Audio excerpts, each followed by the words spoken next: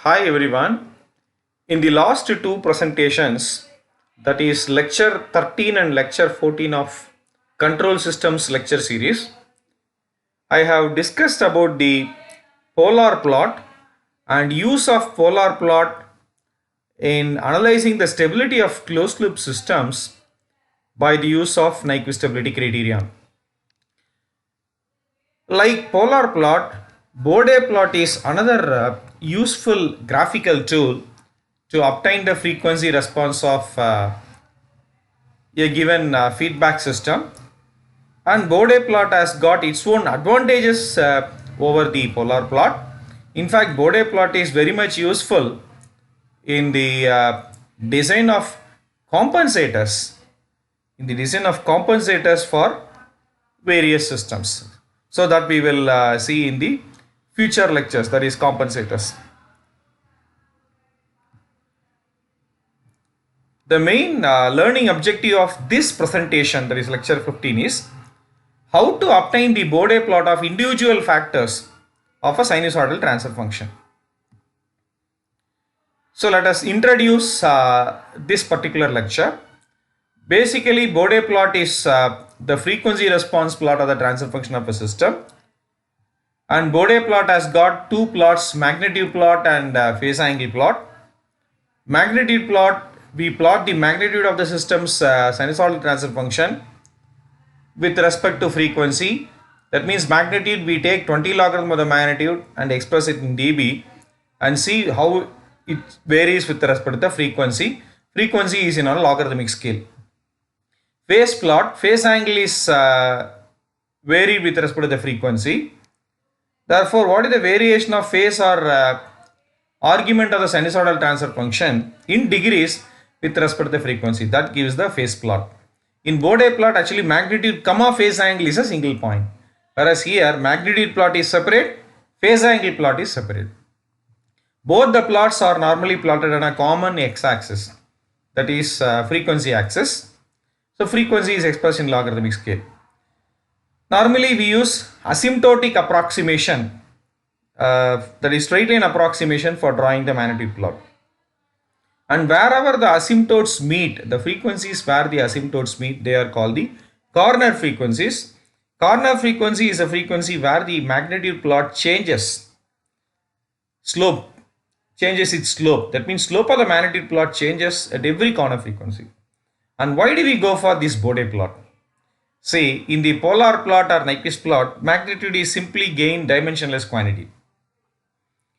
And here magnitudes are expressed in dB. They are magnitude comma angle single point.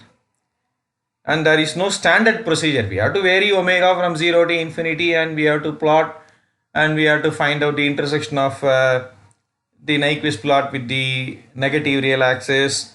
Then we have to see whether there is an encirclement about -1 plus 0, all that. So it is somewhat tedious procedure. Even though it is not like root locus plot, it is somewhat tedious. But here we can have a simple procedure to find out the magnitude and how each term magnitude is added one by one to get the resultant magnitude. Each term, how to find out the magnitude, that we are going to see in this presentation. So approximate Bode plot can be quickly drawn, and we can make corrections at the corner frequencies. That is, we can draw straight line asymptotic approximation of the log magnitude plot very quickly, and we can make the corrections. So we can do the frequency domain specifications. We can easily find the frequency domain specifications. Bode plot, generally a loop transfer function is given by g of s h of s equal to this form. So this is actually called time constant form, k into 1 plus sta, 1 plus stb, etc. divided by s power n into 1 plus st1, 1 plus st1, etc. s square plus 2 zeta omega n s plus omega n square. So here these are all factors which are available in the numerator, that means non-zero zeros. 1 plus st1, st1, st2, st3, etc. These are non-zero poles. S power n is n poles at origin. This is what we say. We said already type of the system. K is the open loop gain. So we are rewriting this expression as a sinusoidal transfer function. by replacing s with j omega. That is what I have written in the numerator. Denominator also same. Of course, here 1 plus st3 I have not written. Anyway, we can take it for granted. 1 plus j omega t3 because I have put etc. So s square j omega square, I am dividing by that with omega n square. So j omega by omega n whole square to bring it to the standard form. That's all. So here j 2 zeta omega n by omega n square is 2 zeta j omega by omega n. Here I have omega n square divided by omega n square is 1. So that means here I am dividing, after substituting s equal to j omega, I am dividing by omega n square to bring it to the standard form. Now if we take 20 logarithm, what happens is each multiplication becomes addition, division becomes subtraction. That is the very advantage of a logarithmic plot. That is why we go for this Bode plot construction.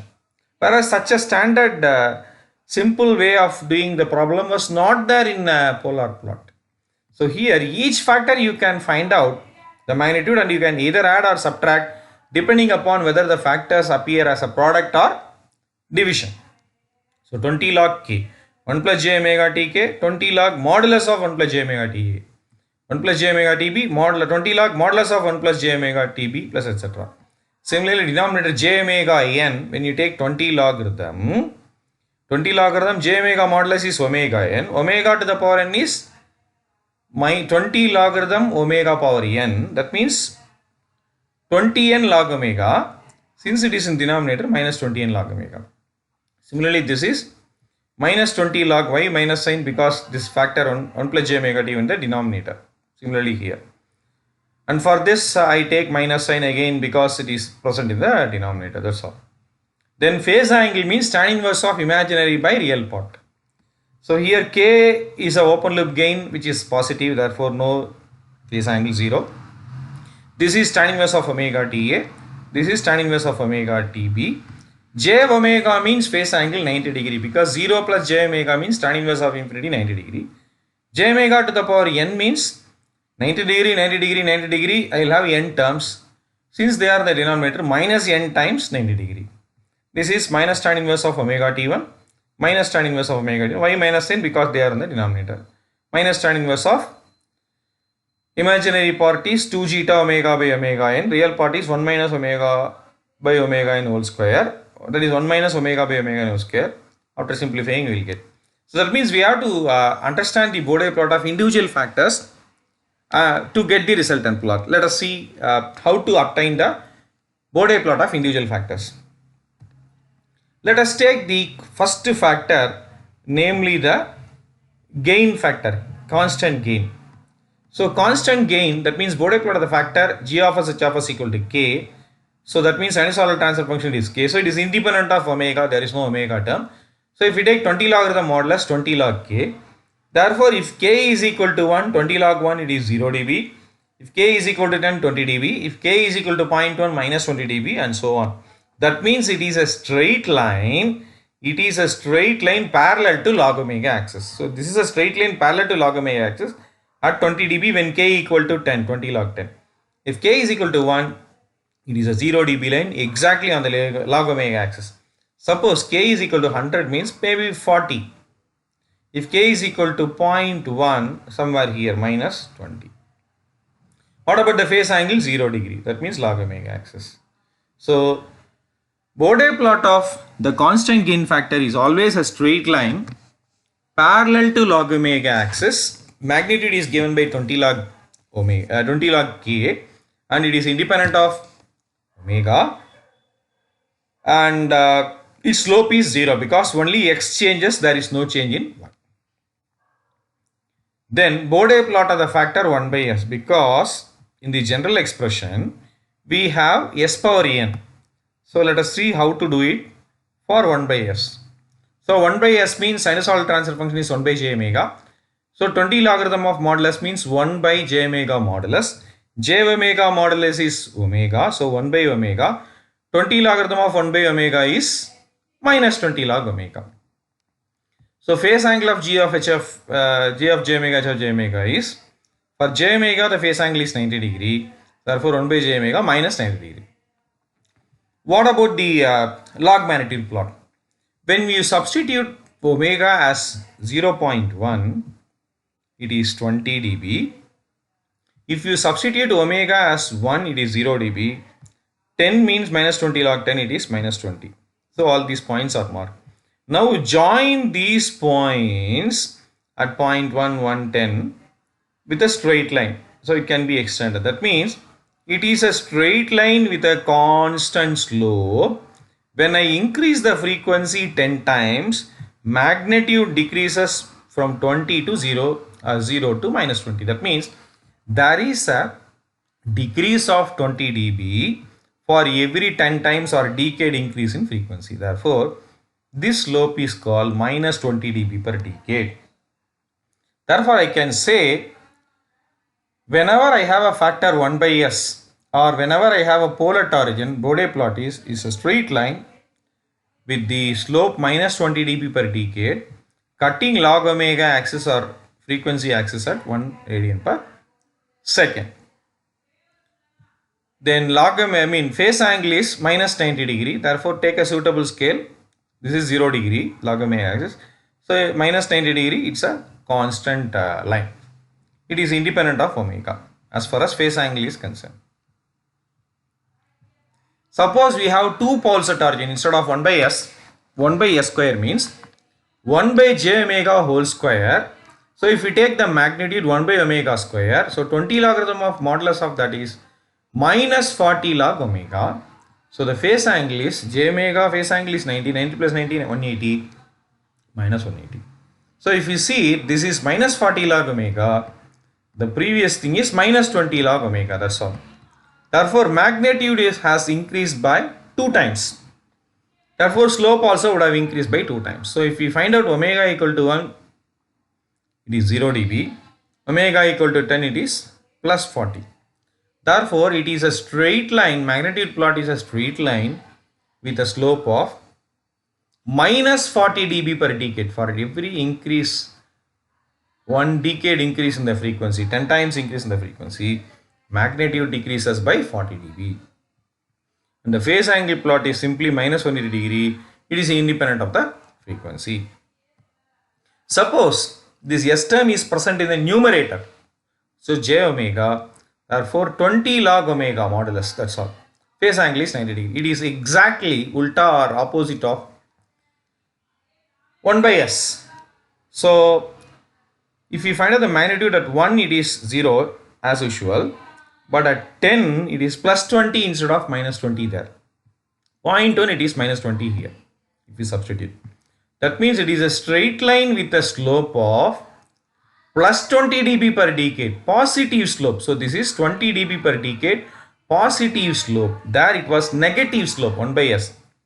1 by s square, negative, minus 40 dB per decade slope. So phase angle also 90 degree, plus 90 degree here. That's all, independent of the frequency. Suppose you have s square, j omega square. So 20 logarithm of this is, modulus of this is omega square, therefore 40 log omega, phase angle is 180 degree. Therefore, if you plot it, it is exactly ulta of 1 by s square. That means it is a straight line with a slope of plus 40 dB per decade. Right? So omega equal to 1, it is 0.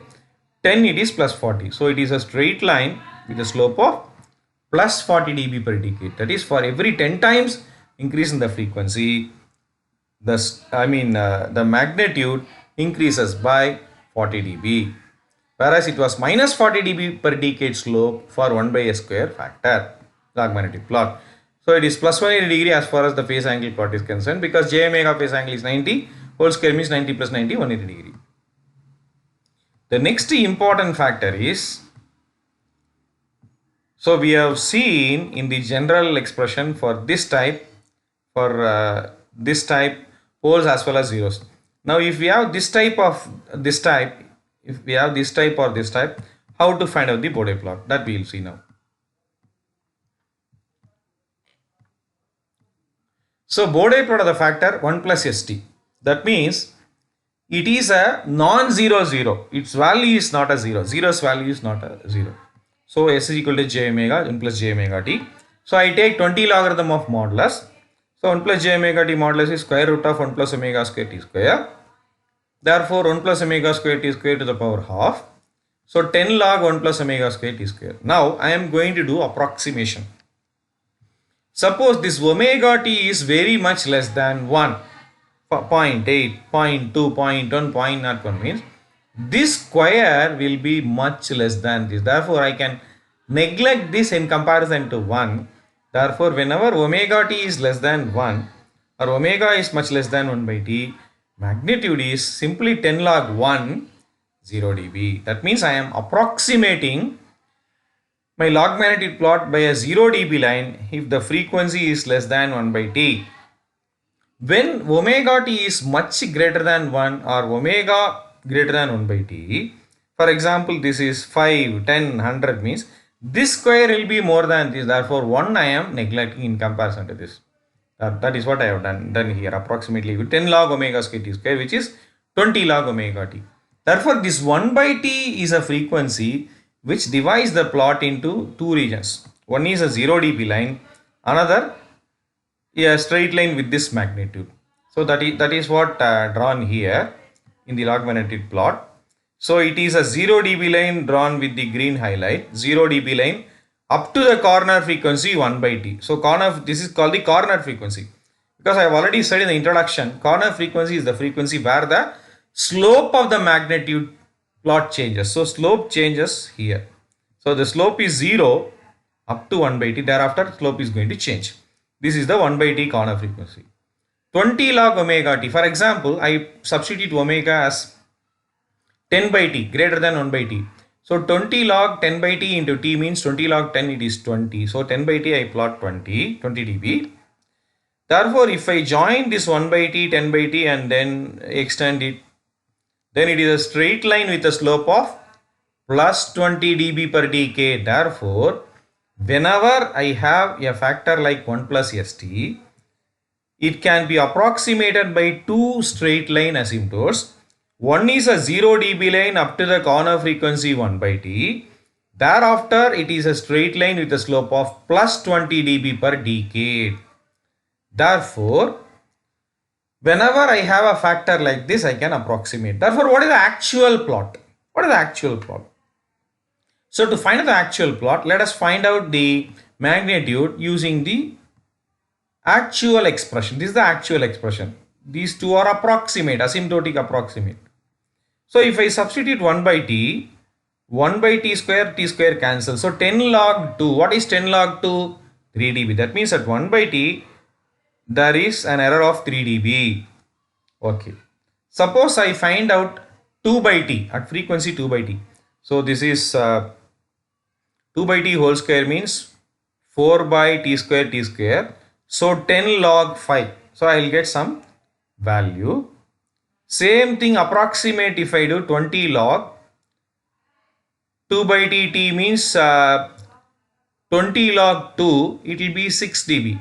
So if I use this expression, it will be 7 dB. So there is an error of 1 dB here.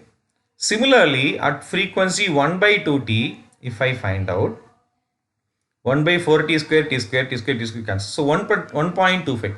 10 log 1.25 will be 1 dB. Whereas if I use this expression, it is going to be 0 dB, because below 1 by t it is 0 dB. So there is an error of 1 dB at frequency 2 times less than this. Similarly, there is an error of 1 dB at 2 times greater than this corner frequency. And there is an error of 3 dB, right? These two frequencies are called frequencies 1 octave, OCTAVE, octave, octal octave. So at 1 octave above and below the corner frequency, there is an error of 1 dB and there is an error of 3 dB, right? So mark these 3 points, then join these 3 points and this with a smooth freehand curve to get the actual plot. That is what I have done. I have drawn and I have done. So these two act as asymptotes to this curve and this curve. So this is actual. And if you draw the phase angle plot, tan inverse of omega t, at 1 by t it is 45 degree. So thereafter the plot goes like this. Below 1 by t it is less than 45 degree. So at 1 by t it is 45 degree. At 10 by t it is almost 90 d, not 90, maybe 83 or something like that. So I can see there is some deviation here from this straight line. The upper deviation, this is lower deviation, and this shift and this shift, they are same. Therefore I can say this 1 by t is called the inflection point. So the phase angle plot is skew symmetric with respect to the inflection frequency 1 by t. That means this is positive, means this is negative, something like that. Anyway, we don't have to worry about all that when we draw the phase angle plot, because it is inverse tangent function. Simply substitute frequency and find the phase angle. Just for the nature of the plot, I am giving this explanation. Let us see for the next factor, 1 by 1 plus st. So previous case 1 plus st was in the numerator. Now it is in the denominator. So square root will come in the denominator. Because of that there is a minus sign, because 1 plus omega square to the power half, whole power minus half it will come if you do it in the numerator. So minus 10 log. So when omega t is very much less than 1, this is less compared to this, as usual in the previous slide itself I have explained that. Only with difference is this minus sign. So minus 10 log 1, 0 dB. When omega t is much greater than 1, this is greater than this, therefore this is approximated like this. This also I have explained in the previous slide. So minus 20 log omega t. So phase angle is there it was tan inverse of omega t previous slide. Now it is minus tan inverse of omega t. Now if you see the plot, it is a 0 dB line up to 1 by t. Thereafter it is a straight line with a slope of minus 20 dB per decade, because at 10 by t if you use this approximation, it will be minus 20. There it was plus 20 previous thing, because 1 plus st term was present in the numerator. Now it is present in the denominator. Therefore it is a 0 dB line up to the corner frequency 1 by t. Thereafter it is a straight line with a slope of minus 20 dB per decade. Similarly, if I find out the actual magnitude and approximate magnitude at 1 by t and 2 by t and 1 by 2t, that is at corner frequency and 1 octave above the corner frequency, 1 octave below the corner frequency. Here it is minus 3 dB, here it is minus 6, minus 7, so minus 1 dB error. Here it is 0, minus 1, minus 1 dB error. So I can generalize like this. Whenever I have 1 by 1 plus st factor, it can be approximated by a straight line, magnetic plot approximated by a straight line, 0 dB line up to the corner frequency. Thereafter it is slope changes, so 0, it is a straight line to slope of minus 20 dB per decade. To get the actual plot, make corrections of minus 3 dB at corner frequency 1 by t, then make correction of minus 1 dB each at 1 octave above and below the corner frequency respectively. Then join, mark these corrections, whatever corrections you have marked, join these corrected points with the asymptotes by a smooth to freehand curve to get this actual plot, which is highlighted with the red color. Then coming to the phase angle plot, as usual, it is like this. 1 by t, there it was minus 45, it is plus 45. So at 10 by t, it is there it was minus 83 or plus 83 or something there. So there it was plus 83. Here it is going to be minus 83. So this straight line if you see, and this is going to be your minus 7 or something, there it is plus 7, that's all. So this portion, this area and this area, they are almost equal, they are equal. So I can say this 1 by t is skew symmetric about the inflection point. Anyway, we need not worry about this nature and all. Only to understand how the phase angle plot looks like, I have drawn the phase angle plot. So only the log-magnetic plot is very, very important for generalization.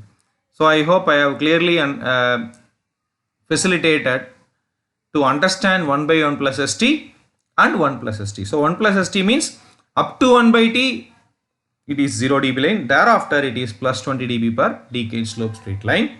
Then make corrections of 3 dB at corner frequency, 1 dB each and at 1 octave above and below the corner frequency. Join these corrected points with the asymptotes to get the actual plot. Exactly reverse of this with a minus, that's all. That is the only change. Suppose I have complex conjugate pole factor. That is, I have a second order system transfer function. So I have put S is equal to j omega as the first step.